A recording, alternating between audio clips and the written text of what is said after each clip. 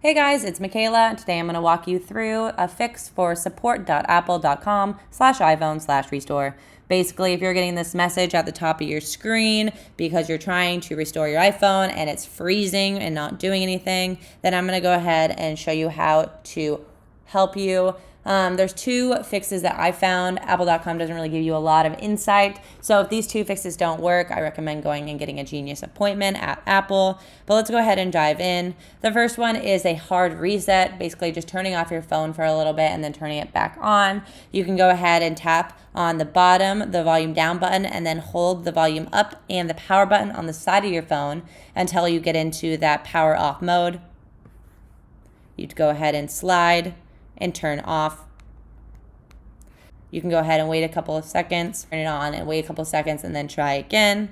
However, if that does not work, the second way to do it is to go ahead and do a hard reset with your iTunes. You need to have the connector cable so you can plug your phone into your laptop, have the latest version of your iTunes available on your laptop. What you want to do is to go ahead and click on the bottom volume button, the top button, and the power button at the same time.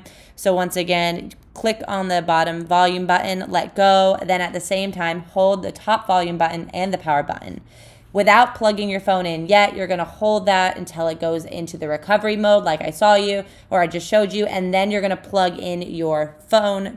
Continue to hold until you see that Mac appear, and then you're gonna go ahead and let go. It should go into an iPhone recovery at that point.